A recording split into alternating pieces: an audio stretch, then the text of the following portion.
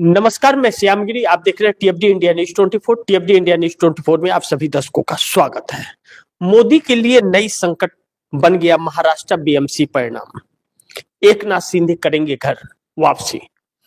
इस बात पर चर्चा बड़ी तेजी से अब होने लगी है और संभावनाएं ज्यादा पलड़ा भारी उसी तरफ नजर आ रहा है, घर वापसी की तरफ। बहरहाल वक्त बताएगा, लेकिन इस वक्त बिहार से जो खबर आ रही है वह बड़ी चौंकाने वाली है। नीतीश कुमार को तेजस्वी यादव की चिंता सताने लगी है और नीतीश कुमार ने जो बयान दिया है वह भारतीय जनता पार्टी को सवालों के घेरे में छोड़ता है और इस बात पर रोशनी डालता है कि भाजपा और नीतीश के बीच सब कुछ ठीक ठाक नहीं है। लेकिन आरसीपी सिंह का भी बयान आया है, उन्होंने भी प्रेस कॉन्फ्रेंस किया है। यानी कि नीतीश कुमार ने जो इशारे किए थे वह सही साबित होता हुआ नजर आ रहा है, क्योंकि आरसीपी सिंह इस वक्त जन स्वराज में है। उन्होंने जेडीयू छोड़ करके अपनी पार्टी बनाई थी, लेकिन अपनी पार्टी का विलय जन स्वराज में कर दिया था, प्रशांत किशोर की पार्टी में, बिहार के चुनाव के वक्त। लेकिन आरसीपी सिंह ने बयान दिया है और आरसीपी सिंह और नीतीश कुमार की दोस्ती में कोई दरार नहीं है। इसका मतलब जो नीतीश कुमार आरसीपी सिंह की घर वापसी कराने की कोशिश कर रहे हैं और नजदीकियां बढ़ाने की, आरसीपी सिंह घर वापसी करेंगे। आने वाले वक्त में बहुत जल्द यह चीजें होंगी। आरसीपी सिंह के प्रेस कॉन्फ्रेंस से यह बात तो झलक रही है, इससे इनकार नहीं कर सकते। दूसरा, नीतीश कुमार ने आज यह जाहिर कर दिया कि भारतीय जनता पार्टी के साथ उनका सब कुछ ठीक ठाक नहीं है और वह जिस प्लान पर चल रहे हैं वह प्लान पर ही काम करेंगे और वही चीज होने वाली है आने वाले वक्त में। यह आज उन्होंने साबित कर दिया। नीतीश कुमार स्टेज पर भारतीय जनता पार्टी के लोगों को आने के लिए नो एंट्री कर दिया। उनके मंच पर, उनके कार्यक्रम में कोई भाजपा का नेता नहीं आएगा, यह बात भी देखने को मिली। लेकिन और भी महत्वपूर्ण कि सम्राट चौधरी जो नीतीश कुमार के आसपास मंडरा रहे थे हमेशा, उनके लिए भी वही लागू होगा जो बाकी विधायक और नेताओं के लिए भारतीय जनता पार्टी के। नीतीश कुमार के किसी भी कार्यक्रम में भाजपा का विधायक, नेता, मंत्री की एंट्री नहीं है। आज उन्होंने यह दिखा दिया और तेजस्वी यादव की सुरक्षा हटाए जाने से नीतीश कुमार चिंतित है और नीतीश कुमार का गुस्सा भड़क पड़ा और यह काम ठीक नहीं है सुरक्षा हटाना। यह बात उन्होंने कह ही दी, आखिर उनकी जुबान पे आ गई। अब नीतीश कुमार भारतीय जनता पार्टी से खुश नहीं है तो क्या होगा यह हर कोई जानता है। यानी कि जो भी अभी तक चर्चाएं चल रही थी और जिस मिशन की बात कही जा रही थी, नीतीश कुमार इसका मतलब उस मिशन पर काम कर रहे हैं, इस बात की मुहर लग गई दो चीजों से, आरसीपी सिंह और तेजस्वी यादव पर। अब ऐसे में भारतीय जनता पार्टी के लिए एक झटका तो है कि नीतीश कुमार ने अपने मंच पर आने से ही मना कर दिया, अपने कार्यक्रम में आने के लिए रोक लगा दी, क्योंकि भारतीय जनता पार्टी के विधायकों को भी सुरक्षाकर्मी नीतीश के पास नहीं जाने दिए। नरेंद्र मोदी से भी दूरी बना ली थी नीतीश कुमार ने चुनाव के वक्त। भाजपा के किसी भी मंच पर नीतीश कुमार नहीं गए, यहां तक कि नरेंद्र मोदी के रोड शो में भी शामिल नहीं हुए और अपने मंचों पर भाजपाइयों को आने से रोक लगा दिया था चुनाव के वक्त भी। यह चीजें देखने को मिली और फिर एक बार वही कार्य नीतीश कुमार कर रहे हैं। अगर नीतीश कुमार ऐसा कर रहे हैं तो इसका मतलब सब कुछ ठीक ठाक नहीं है। लेकिन दूसरी तरफ शेयर मार्केट जिस तरह से तोड़फोड़ कर रहा है और गिर रहा है, वह सरकार के लिए शुभ संकेत है। सरकार के उन काले चिट्ठों का खुलासा भी हो रहा है उससे। लेकिन रुपया 91 पार होकर के 92 हो गया, जो बड़ी चिंता का विषय है। लेकिन नरेंद्र मोदी के लाडले अडानी के शेयर भी अब टूटने लगे। शेयर मार्केट में जो बड़ी प्राथमिकता से खबरें छपी है, आप दर्शकों को मैं यह जरूर दिखाना चाहूंगा कि जो आज हेडलाइन चली शेयर मार्केट को लेकर के, शेयर मार्केट को लेकर के बहुत ही चिंतित है लोग। अचानक शेयर बाजार में क्यों आई भारी गिरावट, यह सवाल पूछा जा रहा है मोदी सरकार से। 6 लाख करोड़ स्वाहा, 14% टूटे अडानी के स्टॉक। शेयर बाजार में शुक्रवार को भारी गिरावट आई। सेंसेक्स, निफ्टी समेत सभी इंडेक्स में व्यापक दबाव दिखाई दिया। इस गिरावट के कारण निवेशकों को 7 लाख करोड़ रुपए का नुकसान हुआ है। वहीं अडानी स्टॉक भी तेजी से गिर गए। अब इन सभी के साथ साथ जो बड़ी महत्वपूर्ण है कि मार्केट का महाक्रैश 3 दिन में 12 लाख करोड़, साफ जाने 5 सबसे बड़े कारण। यह दर्शक आप देख लीजिए, यह बड़ी स्टॉक मार्केट की रिपोर्ट है। स्टॉक मार्केट की रिपोर्ट यह कहती है कि मार्केट का महाक्रैश 3 दिन में 12 लाख करोड़ साफ हो गए। जाने 5 सबसे बड़े कारण क्या है। शेयर मार्केट लगातार तीसरे कारोबारी दिन गिरावट के साथ बंद हुआ।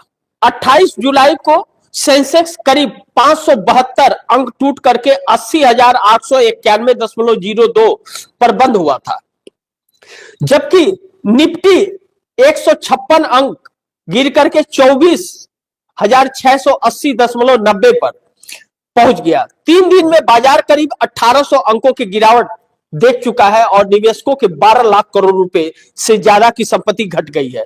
आइए जानते हैं इस गिरावट के 5 बड़ी वजह। 28 जुलाई को जो 572 अंक टूटा था और अब, यह इस सरकार के लिए शुभ संकेत तो नहीं हो सकता। एक रिपोर्ट आप दर्शकों को और पढ़ करके बताना चाहूंगा शेयर मार्केट की इस रिपोर्ट को, जो बहुत जरूरी है यह शेयर मार्केट का रिपोर्ट जानना आप दर्शकों को, क्योंकि इसी से आप सभी दर्शकों का मजदूरी और घर चलने और आमदनी के स्रोत का पता चलता है। 17 लाख करोड़ रुपए का नुकसान। लगातार छठे दिन गिरावट से शेयर बाजार में त्राहिमाम। शेयर बाजार में गिरावट थमने का नाम ही नहीं ले रही। सोमवार को लगातार छठे दिन जारी गिरावट के चलते निवेशकों को लगभग 17 लाख करोड़ रुपए का नुकसान हुआ था। 17 लाख करोड़ रुपए का सोमवार को नुकसान हुआ था और इसके बाद लगातार गिर ही रहा है, थमने का नाम नहीं ले रहा है। अब जब यह सारी चीजें हैं तो यह चिंता का विषय है, इस बात से हम इनकार नहीं कर सकते।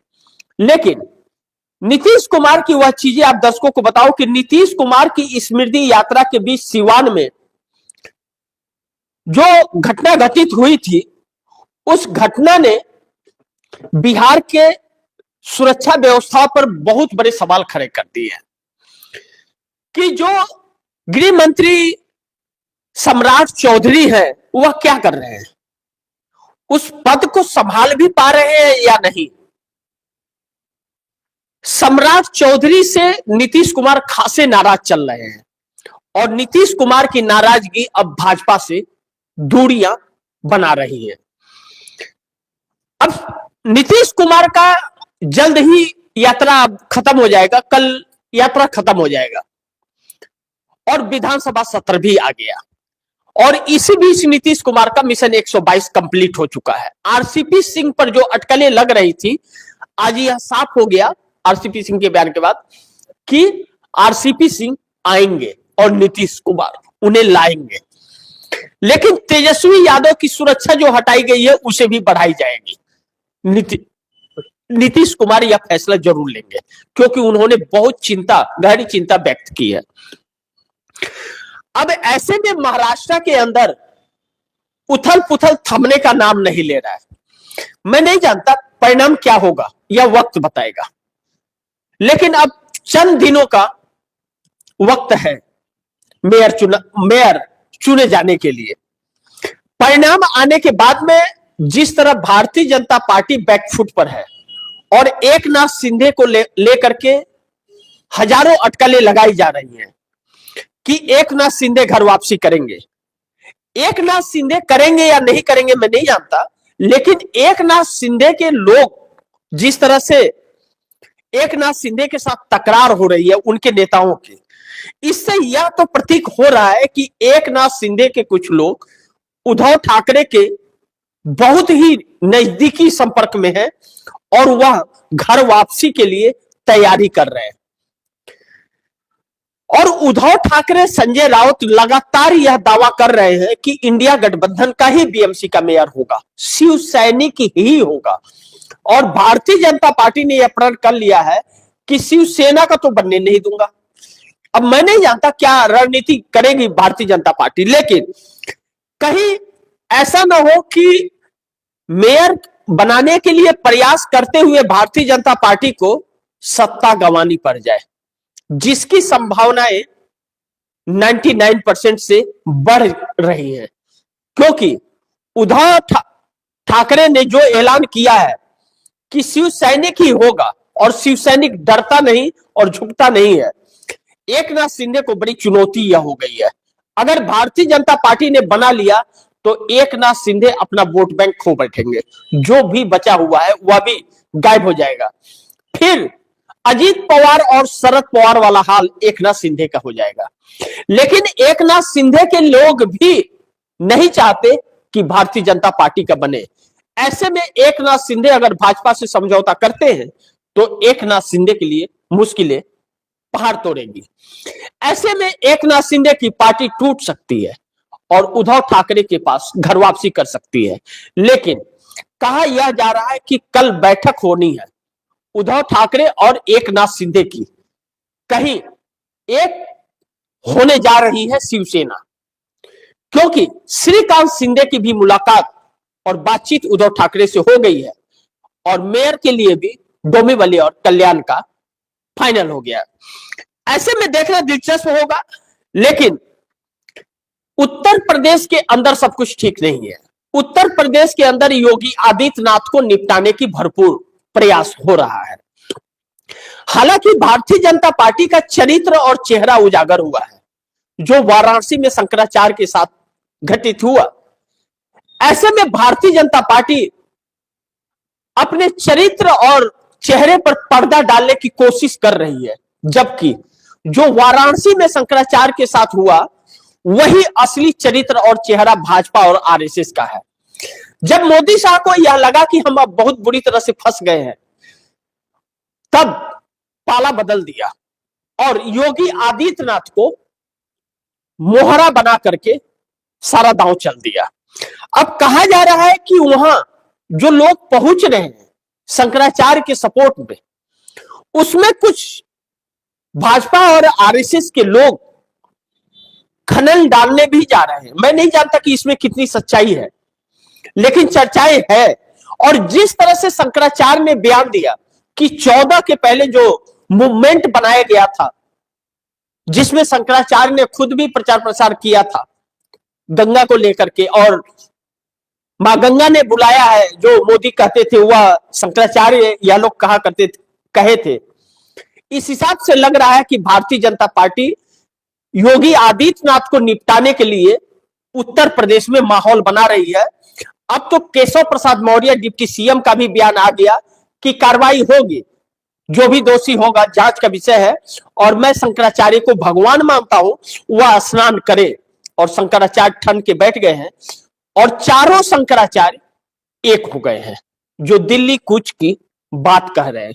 ऐसे में मोदी के लिए मुश्किल हो जाएगी राह, क्योंकि जिस हिंदू धर्म को लेकर मोदी और शाह पाखंड करते हैं या आरएसएस करता है, उसका चरित्र शंकराचार्य के साथ हुई दुर्दशा ने यह सब कुछ सामने लोगों के ला दिया है कि यह बात तो हिंदू की करते हैं, लेकिन खुद हिंदू है या नहीं है, अब इस पर सवाल उठ गया है।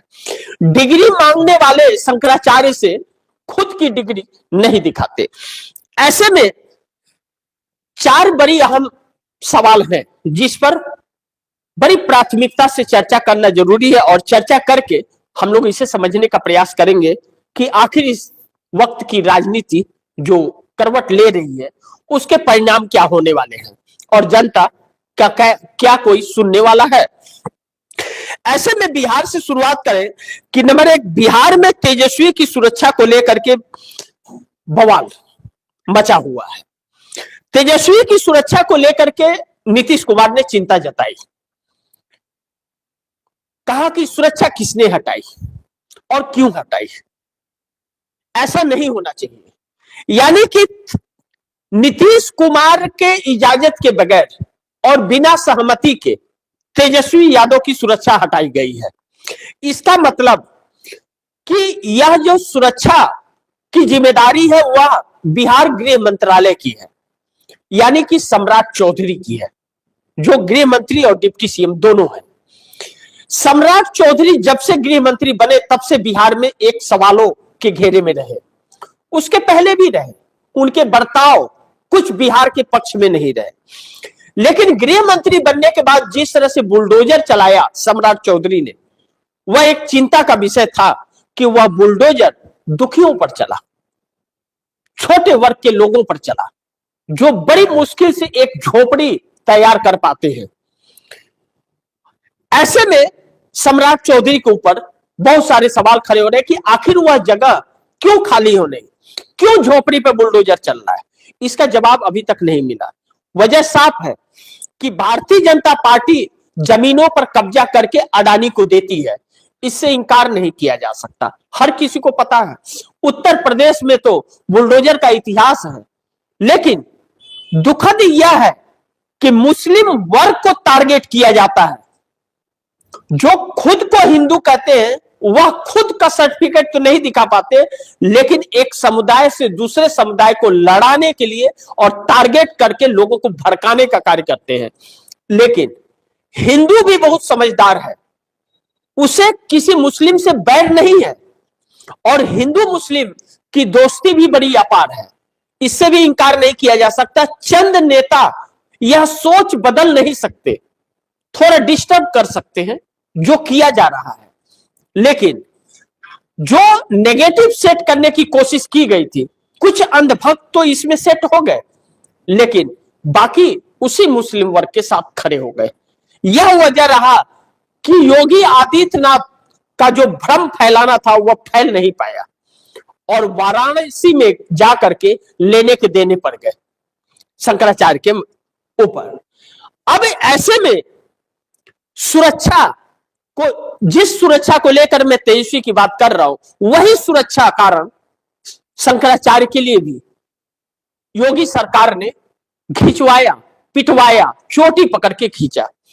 जहां सुरक्षा देनी चाहिए वहां पर नोटिस दी जा रही है, उसी तरह तेजस्वी यादव की सुरक्षा हटाई गई, जैसे शंकराचार्य की हटा ली गई है और उन्हें प्रमाणित करने के लिए कहा जा रहा है।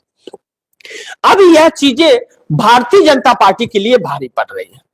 आने वाले वक्त में भारतीय जनता पार्टी को नुकसानदायक होगा यह, क्योंकि लोकसभा चुनाव में जय श्री राम का नारा देकर जो राम को लाए हैं हम उनको लाएंगे कह करके और राम मंदिर का उद्घाटन समारोह रख करके और शंकराचार्य को नहीं बुलाया गया और शंकराचार्य ने आने से मना भी कर दिया, क्योंकि फटाका बिना फटाए उद्घाटन समारोह नहीं हो सकता और मोदी ने खुद शंकराचार्य बन गए। तो यह चीजें साफ दिख रही हैं। ऐसे में बिहार के अंदर भी सम्राट चौधरी भी ऐसे ही पाखंड और बुलडोजर को लेकर के चले थे योगी आदित्यनाथ बनने, लेकिन वह चल नहीं पाया, नीतीश नाराज हो गए और सम्राट चौधरी को वह बुलडोजर का काम रोकना पड़ा। अब ऐसे में बिहार के अंदर उथल पुथल सी परिस्थिति है और बिहार के अंदर जिस तरह से परिस्थितियां बन रही हैं और नीतीश कुमार का जो मिशन है वह भारतीय जनता पार्टी को अब बहुत परेशान कर रहा है। तब जब नीतीश कुमार ने अपने मंच पर भारतीय जनता पार्टी के नेताओं को आने के लिए रोक लगा दी है। अब देखना महत्वपूर्ण यह होगा कि आगे क्या होता है। जो भी होगा खबरें आप तक पहुंचाऊंगा, लेकिन शेयर मार्केट ने सरकार को बेचैन कर दिया, रुपया 91 से 92 के पास। अब सवाल यह है कि जब रुपया 58 to 60 था तब तो नरेंद्र मोदी बहुत ज्यादा उछल रहे थे। अब जब 92 ऐतिहासिक उतार चढ़ाव के मोड़ पर पहुंचा है, ऐतिहासिक लुढ़का है रुपया, तब नहीं बात कर रहे कि क्या बात है। बांग्लादेश का रुपया तो नहीं गिर रहा, श्रीलंका का रुपया तो नहीं गिर रहा, भारत का क्यों गिर रहा है? मोदी जी कहते थे, मैं नहीं कहता। और आप लोगों ने वह वीडियो भी देखा होगा। आज मोदी जी और वित्त मंत्री निर्मला सीतारमण कहीं ढूके पड़े हैं, नजर ही नहीं आ रहे हैं, चर्चा ही नहीं हो रही है। लेकिन 28 जनवरी से बजट सेशन जो आ रहा है उसमें सवालों की बौछार होने वाली है। और 1 फरवरी को, संडे 2 फरवरी को बजट पेश होगा। वह बजट क्या होगा यह भी देखना होगा। ऐसे वक्त में बजट आ रहा है जब खजाना खाली है और मार्केट डाउन है। विश्व में हम अलग थलग पड़ गए हैं। पाकिस्तान अमेरिका के बगल में बैठ रहा है और हम भाग रहे हैं। हमारे जुबान में ताला लगा हुआ है, हम बोल नहीं पा रहे हैं। यही है 56 इंच का सीना जो जुबान पर ताला लगा देता है। यही है विश्व गुरु का डंका जो कुछ बोल नहीं पाता है। मनमोहन सिंह को कहा जाता था कि मौनी बाबा है। कम से कम मौन रह करके, कम बोल करके कुछ करते तो थे, लेकिन यहां तो सिर्फ बोलते ही जा रहे हैं, करते कुछ नहीं। अब शेयर मार्केट ने इस बात से भी प्रभावित देश को किया है और सरकार के काले चिट्ठे को खोला है कि शेयर मार्केट जिस तरह से गिर रहा है, इसका मतलब विदेशी लोग अपना पैसा पूरी तरह से अब खाली कर रहे हैं। और शेयर मार्केट को बीच बीच में ग्रीन दिखाने के लिए जो सरकार LIC, state bank of India, Punjab national bank, IDBI या केनरा बैंक या बाकी के बैंकों का जो इस्तेमाल कर रही थी, लगवा रही थी, वह जब लगाते हैं तो थोड़ा सा ग्रीन होता है और उसके बाद भी नहीं रुकता है तो धड़ाम हो जाता है।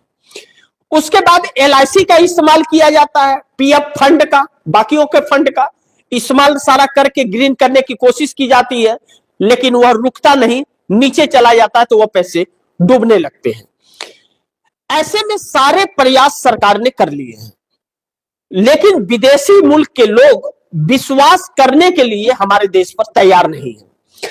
IMF की रिपोर्ट ने जो भारत को C ग्रेड में डाला, उससे हमारे रुपए के वैल्यू कम हो गए।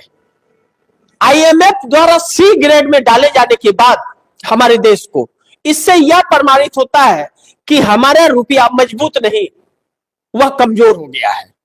और यह वजह भी है कि रुपया 92 के आसपास पहुंच रहा है। लेकिन कहीं न कहीं हमारे देश की सरकार ने अपनी विश्वसनीयता को खो दिया है, इसलिए भी मार्केट गिर रहा है। और विदेशी मुल्क के लोग आ नहीं रहे हैं पैसे लगाने के लिए, बल्कि जो पैसे लगे हुए हैं वह निकाल रहे हैं और अमेरिका के और चाइना के मार्केट में अपने पैसे को सुरक्षित कर रहे हैं, हमारे देश से निकालकर।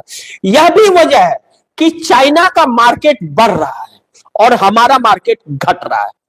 जबकि कंज्यूम में सबसे बड़ा देश भारत है, विश्व के अंदर सबसे ज्यादा प्रोडक्ट का कंज्यूम हमारे देश में होता है। लेकिन नरेंद्र मोदी सरकार इसे नहीं समझेगी, क्योंकि उसको समझने के लिए असली डिग्री चाहिए, तभी समझ आएगा।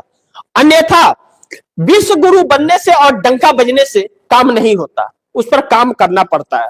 हमारे देश की सरकार को तो प्रचार प्रसार से फुर्सत नहीं है, तो देश को आगे कहां से बढ़ाने के लिए सोचेगी।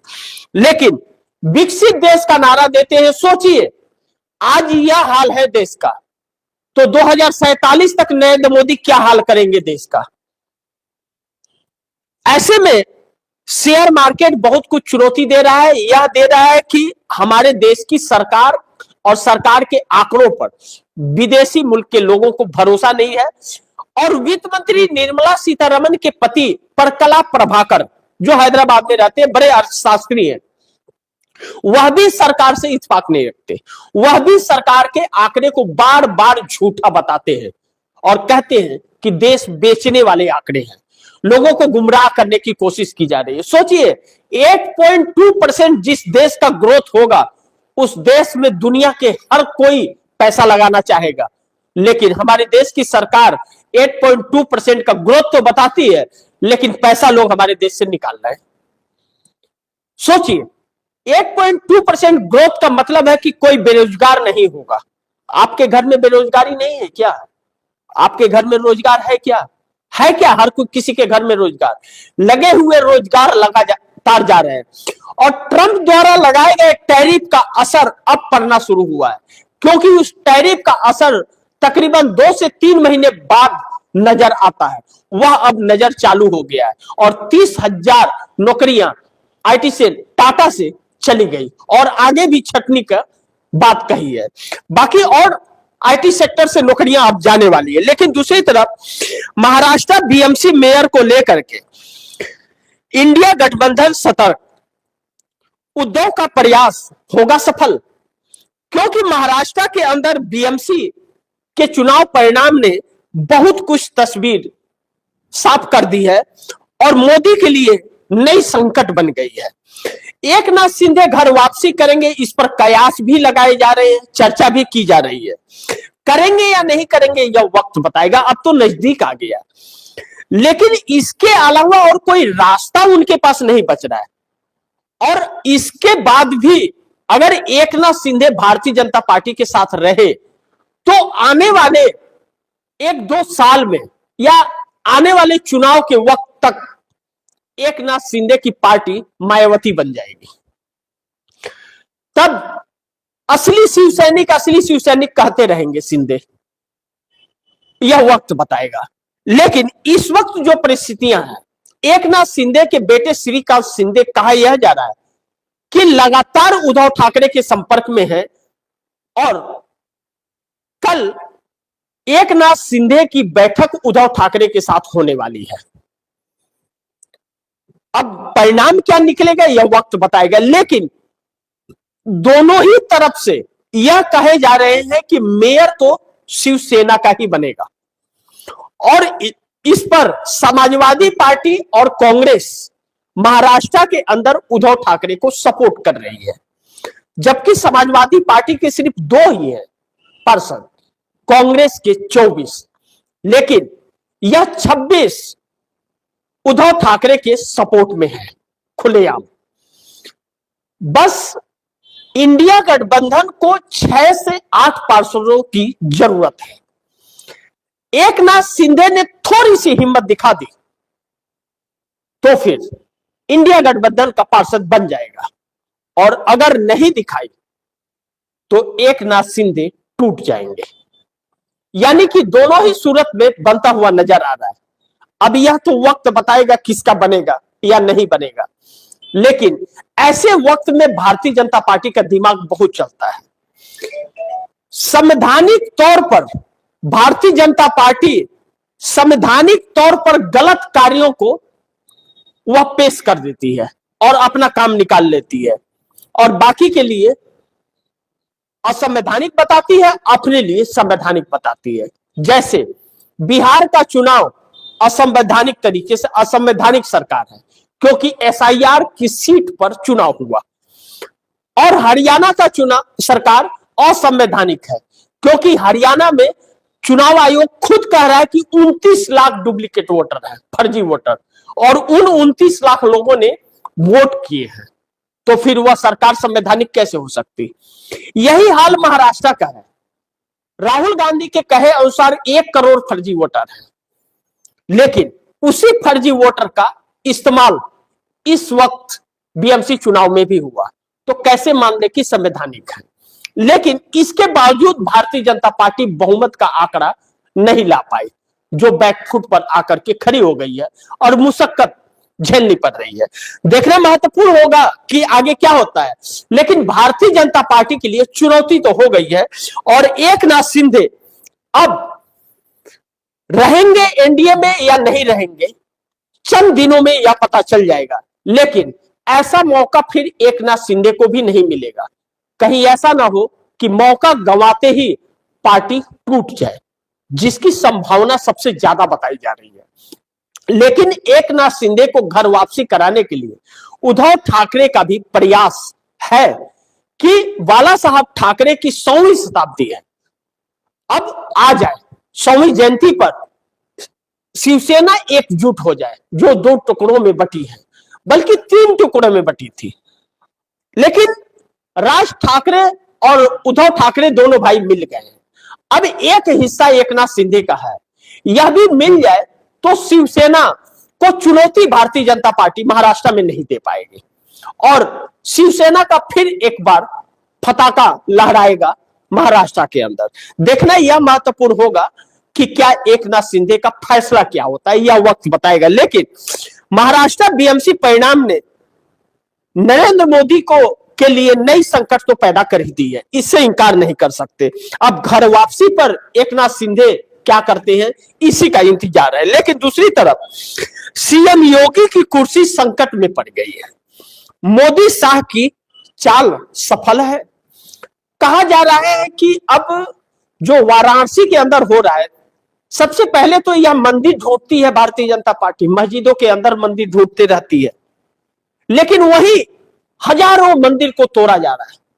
जो बरसों पुराना मंदिर है, 200-200 साल पुराना मंदिर, उन मंदिरों को तोड़ रही है। कैसा गंगा पुत्र है कि जो कहता है कि मां गंगे ने बुलाया है, मां गंगे ने गोद लिया है, मैं मां गंगे का बेटा हूं, और उसी गंगे को अपमानित कर रहा है, उसी मंदिरों को तोड़ रहा है जो मंदिरों का पाखंड करता है। यानी कि पाखंडी लोगों का यही काम होता है। अब वह तो चरित्र सामने आ गया है, देश उसका फैसला करे कि कौन पाखंडी है कौन क्या है। लेकिन शंकराचार्य के बहाने योगी आदित्यनाथ को निपटाने का एक प्लान जो था वह सफल होता हुआ नजर आ रहा है। वह दिन दूर नहीं कि योगी आदित्यनाथ का इस्तीफा ले लिया जाए, क्योंकि भारतीय जनता पार्टी का कोई भी नेता ऐसा नहीं है जो शंकराचार्य को सवालों के घेरे में छोड़ रहा हो। योगी को अलग थलग छोड़ दिया गया है और योगी अब झुकने को तैयार नहीं है। अब ऐसे में क्या होगा मैं नहीं जानता, लेकिन वाराणसी में लोगों का जुटाव शुरू हो गया है और कहा यह भी जा रहा है, अब सच्चाई क्या है यह वक्त बताएगा। कहा यह भी जा रहा है कि वो कहते हैं ना, आग में घी डाल के और भड़का देना, ऐसा भी करने की कोशिश भाजपा के ही द्वारा किया जा रहा है। अब शंकराचार्य पर सवाल खड़ा करना और चारों शंकराचार्य का एक हो जाना, क्या यह सिर्फ योगी की कुर्सी को ले डूबेगा या मोदी के भी कुर्सी को ले डूबेगा, यह तो वक्त बताएगा। लेकिन फिलहाल योगी की कुर्सी पर संकट गहरा गया है और योगी को इससे बचने का रास्ता नजर नहीं आ रहा है, क्योंकि उन्हीं की पार्टी उनके साथ खड़ी नहीं है। अब जिस तरह से डिप्टी सीएम केशव प्रसाद मौर्य ने बयान दिया है कि हम तो शंकराचार्य को भगवान मानते हैं और हाथ जोड़ के प्रार्थना करते हैं कि वह स्नान करें और हमें माफ करें, और जिसने गलत किया है उसके ऊपर कार्रवाई होगी, जांच होगी। क्या योगी के ऊपर केशव प्रसाद मौर्य जांच करा पाएंगे? जबकि योगी किसी की सुनते ही नहीं और केशव प्रसाद मौर्य और दूसरे डिप्टी सीएम ब्रजेश पाठक को कुछ नहीं समझते। बड़ी विडंबना है कि ठाकुर समाज अलग बैठक करता है, डिप्टी सीएम ब्रजेश पाठक ब्राह्मणों की बैठक अलग करते हैं, अपनी नाराजगी दिखाते हैं कि हमें सम्मान और इज्जत नहीं मिल रहा है। ठाकुर समाज अलग कर रहा है, केशव प्रसाद मौर्य अलग है, योगी आदित्यनाथ अलग है, तो सरकार कहां है? तो सरकार चला कौन रहा है? यानी कि योगी आदित्यनाथ ठाकुर होने का गर्व है उन्हें, तो जब ठाकुर थे तो गर्व था, लेकिन इस वक्त तो वह गोरखनाथ पीठ के महंत है। तो क्या महंत की भाषा ऐसी होगी?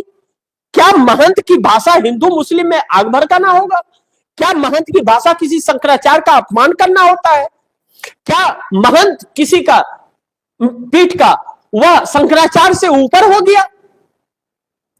तो योगी तो सत्ता का भोगी है, सत्ता भोग रहे हैं। महंत को किसी सत्ता की जरूरत नहीं पड़ती, लेकिन योगी को तो सत्ता की जरूरत है, तो कहे का महंत? इनके ऊपर भी तो सवाल उठेंगे। लेकिन अब चारों शंकराचार्य ने जब यह ठान लिया है कि हम दिल्ली कूच करेंगे, तो भारतीय जनता पार्टी की नींव हिलने लगी है। भारतीय जनता पार्टी खासे परेशान है। देखना यह महत्वपूर्ण होगा कि भारतीय जनता पार्टी आगे क्या कार्रवाई करती है, यह वक्त बताएगा। लेकिन शंकराचार्य ने उत्तर प्रदेश सरकार को सवालों के घेरे में ला करके खड़ा कर दिया है और जिससे बचने का कोई भी रास्ता भारतीय जनता पार्टी के पास नजर नहीं आ रहा है। देखना महत्वपूर्ण होगा कि आगे क्या होता है। लेकिन मोदी ने योगी को निपटाने का एक रास्ता ढूंढ लिया है शंकराचार्य के बहाने। लेकिन मोदी के लिए भी नई संकट जो बन गया महाराष्ट्र बीएमसी परिणाम। एकनाथ शिंदे ने अगर घर वापसी कर दी तो छुट्टी भी मोदी की भी हो जाएगी, वैसे ही जैसे योगी की करने की कोशिश है। बाकी देखते हैं कि आगे क्या होता है। जो भी होगा खबरें आप दर्शकों तक पहुंचाते रहूंगा। आप दर्शकों की क्या राय है, क्या सुझाव है, कमेंट बॉक्स में जरूर दीजिएगा। इस खबर को ज्यादा से ज्यादा शेयर कीजिएगा, अपने दोस्तों को भी कहिएगा आगे शेयर करें। आपने अगर टीएफडी इंडिया न्यूज 24 को सब्सक्राइब नहीं किया, सब्सक्राइब कर लीजिएगा। अपने दोस्तों को भी कहिएगा टीएफडी इंडिया न्यूज 24 को सब्सक्राइब करें। मिलते हैं अगली खबर के साथ, तब तक के लिए नमस्कार।